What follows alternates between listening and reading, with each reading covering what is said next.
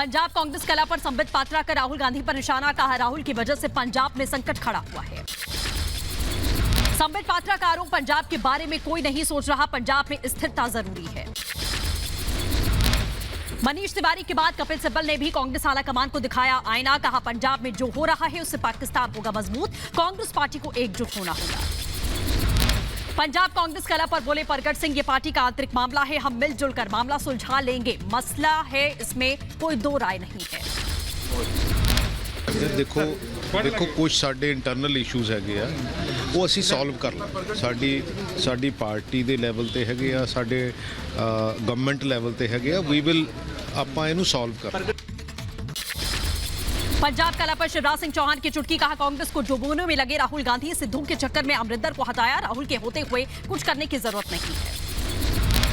Amarinder Singh ji, captain Amarinder जी पंजाब के मुख्यमंत्री थे, पता नहीं राहुल भैया को क्या सूझा, उनको हटा के चन्नी जी भेज दिया सिद्धू जी के चक्कर में। अब सिद्धू जी भी छोड़ के भाग गए। अब ये कांग्रेस तो अपने डूबने के रास्ता खुद तय कर रही है। नवजोत सिंह सिद्धू के आरोपों पर बोले CM Charanjit Singh Channi, party supreme है, सिद्धू साहब से फोन पर बातचीत की, इस मसले पर बैठकर बात की जाएगी।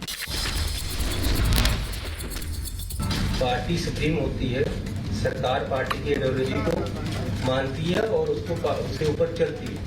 आप आओ, बैठकर बात करो, किस तरीके से आपको कोई गलतियां लग रही हैं वो पहले भी आप कर सकते थे, आप कर सकते। सिद्धू के इस्तीफे पर सीएम चन्नी ने कहा सरकार पार्टी की विचारधारा को मानती है, सवालों को दूर करेंगे। चरणजीत सिंह चन्नी ने कहा सरकार में पारदर्शिता पर जोर, जब तक मैं मुख्यमंत्री हूं सरकार में भ्रष्टाचार नहीं होने दूंगा। चन्नी कैबिनेट पर अरविंद केजरीवाल का निशाना, कहा मंत्रिमंडल में दागी लोग शामिल हैं, केजरीवाल ने दागी मंत्रियों और अफसरों को जल्द हटाने की मांग की। मैं उनसे निवेदन करूंगा कि जितने दागी मंत्री हैं, जितने दागी विधायक हैं और ये जितने दागी अफसर हैं, इनको तुरंत हटाया जाए। पंजाब में आई सियासी भूचाल पर दिल्ली सीएम केजरीवाल ने चन्नी को नसीहत दी, कहा कैप्टन की बातों को पूरा करे चन्नी के पास है 4 महीने का लंबा समय। अरविंद केजरीवाल ने पंजाब में राजनीतिक हालात को बताया दुर्भाग्यपूर्ण, कहा पंजाब को ईमानदार और स्थिर सरकार दे सकती है आम आदमी पार्टी। पंजाब कांग्रेस अध्यक्ष पद से इस्तीफे के बाद में नवजोत सिंह सिद्धू की पहली प्रतिक्रिया, कहा सच की लड़ाई लड़ता रहूंगा, मुद्दों से समझौता नहीं कर सकते, ये निजी नहीं है, मुद्दे की लड़ाई है। पंजाब की नई सरकार में अफसरों की तैनाती पर सिद्धू ने उठाए सवाल, कहा दागी अफसरों की व्यवस्था में वापसी की गई, इसका विरोध करूंगा, बादल सरकार को क्लीन चिट देने और बच्चों पर गोलियां चलवाने वालों को इंसाफ की जिम्मेदारी दी गई। अगी अफसरां दा सिस्टम तां भन्निया सी, दोबारा उन्हां नूं लिया के उही सिस्टम खड़ा नहीं किया जा सकता, मैं इसका विरोध करता। सिद्धू ने कहा आला कमान को कभी भी किया गुमराह नहीं किया, ना ही गुमराह होने दे सकता हूं, सिद्धांतों पर खड़ा रहूंगा, पंजाब का भले के लिए किसी भी तरह की कुर्बानी के लिए तैयार, जिंदा हूं तो जिंदा दिखना जरूरी है। सिद्धू के इस्तीफे के बाद से ही बैठकों का दौर जारी, पंजाब कांग्रेस के कार्यकारी अध्यक्ष पवन गोयल ने सिद्धू से मुलाकात की, सिद्धू से उनके घर पर मिलने गए थे पवन गोयल। पंजाब कांग्रेस के हालात के लिए सांसद गुरजीत सिंह औजला ने सिद्धू को ठहराया जिम्मेदार, कहा चन्नी को बनाकर पार्टी मजबूत हुई है, सिद्धू के लिए सारी पार्टी बेअसूल है। हुई पार्टी मजबूत हुई है चन्नी जी को बना के। 10 दिन में चन्नी जी का ग्राफ बहुत ऊंचा गया है। क्या सारी पार्टी बेअसूल है? इतनी बड़ी पार्टी, उसके लीडर सारे बेअसूले हैं, ये गलत बात है। सिद्धू पर कांग्रेस नेता सुखविंदर सिंह काका का तीखा हमला, कहा गांधी परिवार ने सिद्धू पर विश्वास किया, सिद्धू को अध्यक्ष बनाया गया, लेकिन वो तब भी खुश नहीं थे, वो कभी खुश नहीं रह सकते। तो इतनी बड़ी कुर्सी पे बिठा दिया और राहुल जी क्या करेंगे? देखो कितने बड़े लीडर सुनील जाखड़ जी हैं, कैप्टन अमरिंदर सिंह जी, उनको सबको साइड पे करके इसको बिठाया। अगर फिर भी सिद्धू साहब खुश नहीं है तो मुझे लगता है कि खुश हो नहीं सकते। पंजाब कांग्रेस में घमासान पर विधायक इंद्रजीत सिंह का बयान, कहा आलाकमान के साथ में जो आलाकमान का फैसला होगा वो हमें मंजूर होगा। कांग्रेस नेता गुलबीर सिंह जीरा ने मनीष तिवारी पर साधा निशाना, कहा इस वक्त पंजाब को जोड़ने की जरूरत है, ना कि तोड़ने की, सोनिया जी का हर फैसला मंजूर, लेकिन सिद्धू का साथ नहीं छोड़ेंगे। पंजाब कला पर कांग्रेस नेता मनीष तिवारी का बयान, कहा पंजाब में राजनीतिक स्थिरता होनी चाहिए, बहाल होनी चाहिए, पंजाब में कला से पाकिस्तान को फायदा होगा। आपकी अस्थिरता पे किसी को खुशी है तो वो पाकिस्तान की डीप स्टेट को खुशी है। उनको लगता है कि पंजाब में अगर हालात बिगड़ते हैं, अगर राजनीतिक अस्थिरता बढ़ती है तो उनको एक बार फिर से अपने काले मंसूबे को अंजाम देने में एक और मौका मिलेगा। कांग्रेस नेता जसवीर सिंह कंबोज का सिद्धू पर निशाना, कहा सिद्धू को सुनील जाखड़ के ऊपर चुना गया, लेकिन अगर सिद्धू अभी भी खुश नहीं है तो वो कभी खुश नहीं हो सकते। सिद्धू ने धोखा दिया। केंद्रीय गृह राज्य मंत्री अजय मिश्रा टेली का कांग्रेस पर तंज, कहा बिना ड्राइवर की गाड़ी हो गई है कांग्रेस, जो ड्राइवर बैठा वो खुद ही नहीं सोच रहा है गाड़ी किधर ले जानी है। आम आदमी पार्टी के विधायक हरपाल सिंह चीमा का बड़ा बयान, कहा नवजोत सिद्धू को आम आदमी पार्टी में शामिल नहीं करेंगे। सिद्धू ने पंजाब के लोगों को धोखा दिया है। पंजाब कांग्रेस में सियासी भूचाल के बीच में चंडीगढ़ में सीएम चरणजीत सिंह चन्नी की कैबिनेट की बैठक हुई। नवजोत सिंह सिद्धू के इस्तीफे से आलाकमान नाखुश है। पंजाब में नए प्रदेश अध्यक्ष की तलाश लगातार तेज कर दी गई है। पंजाब कांग्रेस अध्यक्ष पद की रेस में कुलजीत नागरा और लुधियाना से कांग्रेस सांसद रवनीत सिंह बिट्टू का नाम इस वक्त सबसे आगे है। सिद्धू के इस्तीफा देने के बाद पंजाब कांग्रेस में नहीं रुक रहा इस्तीफे का दौर। ऑल इंडिया कांग्रेस के ज्वाइंट कोऑर्डिनेटर निर्मल सिंह ने भी इस्तीफा दे दिया। सिद्धू के पंजाब कांग्रेस पद से इस्तीफे के बाद में सियासी हलचल तेज। प्रगट सिंह और अमरिंदर राजा सिद्धू से मिले, पटियाला में सिद्धू के घर पहुंचे। कांग्रेस हाईकमान की हिदायत के बाद भी कैबिनेट मंत्री रजिया सुल्ताना वापस ले सकते हैं अपना इस्तीफा। पूर्व सीएम कैप्टन अमरिंदर सिंह के 20 करीबियों की सुरक्षा हटाई जाएगी। सुरक्षा हटाए जाने का आदेश जारी किया गया। पंजाब के मुख्यमंत्री चरणजीत सिंह चन्नी ने बुलाई अहम बैठक। मीटिंग में उप मुख्यमंत्री ओपी सोनी समेत भारत भूषण तृप्त सिंह बाजवा भी मौजूद थे। पंजाब में चन्नी सरकार का बड़ा फैसला, 2 किलोवाट तक बिजली का बकाया बिल माफ किया जाएगा। बकाया बिलों का भुगतान सरकार करेगी। पंजाब में कांग्रेस के कलह के बीच में शिरोमणि अकाली का सीएम चरणजीत सिंह चन्नी के खिलाफ विरोध। पकड़े गए आतंकी अली बाबर का कबूलनामा, हथियारों की सप्लाई के लिए पाकिस्तान से भारत आया था बाबर। पाकिस्तान का चेहरा एक बार फिर से बेनकाब, आतंकी बाबर का खुलासा, पाकिस्तान सेना ने मुजफ्फराबाद में ट्रेनिंग दी थी। आतंकी बाबर ने कहा एसआई ने पैसों का लालच दिया था, एडवांस में 20,000 रुपए भी दिए गए थे।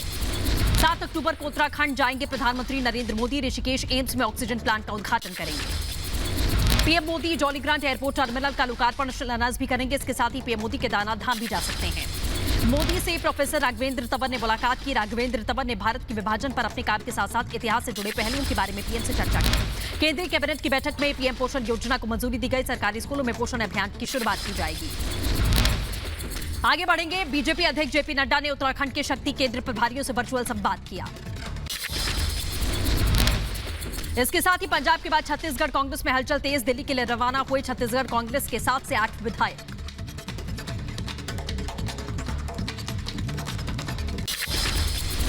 गोवा में लगे ममता बनर्जी के पोस्टर और टीएमसी के झंडे लगाए जाने पर गोवा के मुख्यमंत्री प्रमोद सावंत का बयान सामने आया है।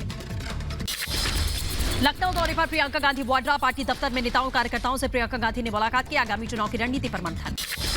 पीडीपी के अध्यक्ष महबूबा मुफ्ती को नजरबंद किया गया। सेना पर उत्पीड़न का आरोप लगाने वाले परिवार से मिलने त्राल जाने वाली थी महबूबा। महंत नरेंद्र गिरी के उत्तराधिकारी होंगे बलवीर गिरी। कल हरिद्वार निरंजनी अखाड़े के आचार्य महामंडलेश्वर कैलाशानंद चंद की पंचों के साथ में बैठक। इसके साथ ही सुप्रीम की सुप्रीम कोर्ट में याचिका। नोएडा में एल्मर कोर्ट के 2 टावरों में एक को न तोड़ने की मांग की गई। 31 अगस्त को कोर्ट ने दोनों टावरों को गिराने का आदेश दिया था।